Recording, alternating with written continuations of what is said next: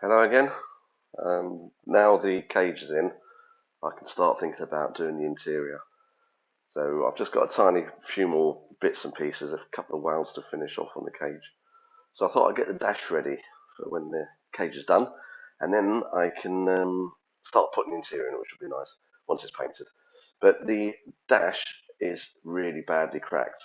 I mean, the car was sitting in the car park for years apparently, and the sun was just baking through, and it's 40 years old, so time's taken its toll on it, and it's just baked it and split it.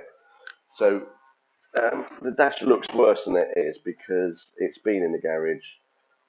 It's not had anything over it, and I've been grinding away and sanding down, and it's just got covered in dust and stuff. So I thought I'd give it a quick hoover and a good clean, get all the dirt and dust off it because it's got years of grime and fingerprints and cigarette ash and all sorts.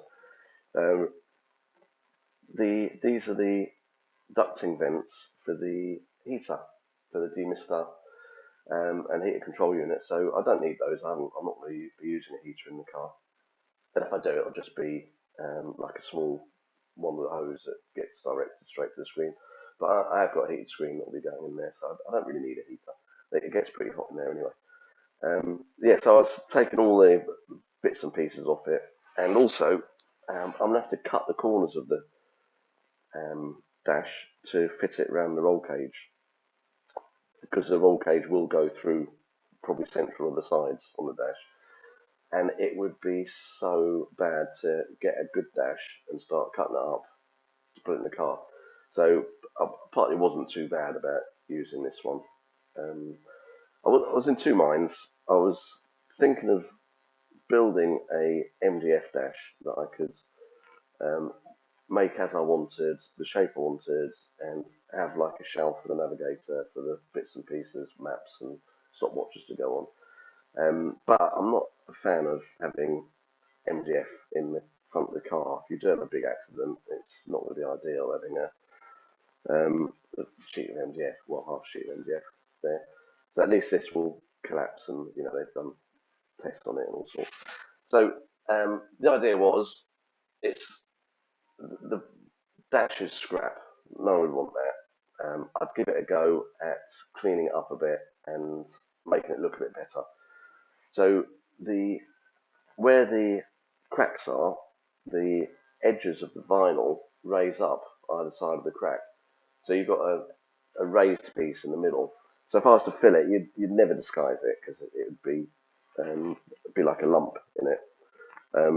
Saying that, you'll see later on that I didn't really disguise it, but so yeah, I just got a Dremel with like the grinding wheel on it, and went over all the cracks and just put it's like a V really on it.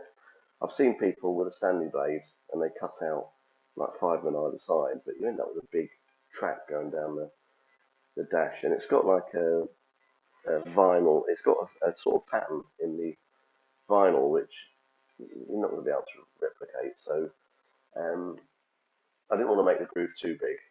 I mean, I'm not trying to make it look immaculate. I know it's going to be difficult to make it look good.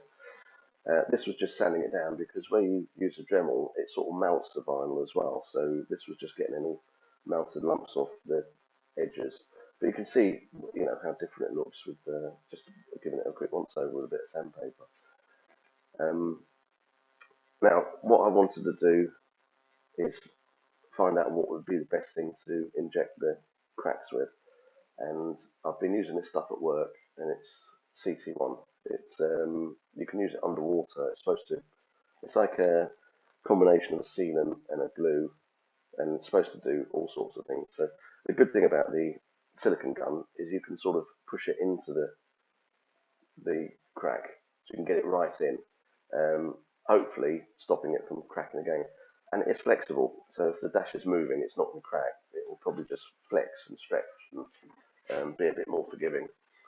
So I was basically pushing it in with a silicon gun, and then using my finger to try and sort of smooth it out and make it look a bit more presentable. But to be careful on the bigger cracks, you were sort of pushing it in, making a bit of a valley. So yeah, I had to top it up a few times. This was Plasticoat um, spray. It's for plastic, wood, metal. It's supposed to be for all sorts. Yeah, so I gave it a coat. I gave it two coats actually, um, and it was matte. I didn't want a gloss finish on it because you get reflections in the windscreen. So, and I didn't want to flock it. I don't like flock dashes. Whereas flocking would cover a lot of the cracks. It looks much better than it did, but you can still see where the cracks were. It's still shiny where the cracks are. I might give it another coat of paint. I mean, that's not been painted long when it was like that, so it could still be bits of wet paint on it, or maybe layers of paint. Um, yeah, I think I'm quite pleased with how it's turned out. You don't look at the top, you look at the front when you're in the car, and chances are it's going to be you're not going to notice so much. But it's brought it up nice. The paint makes it look much better. Yeah, I think I'm happy with it.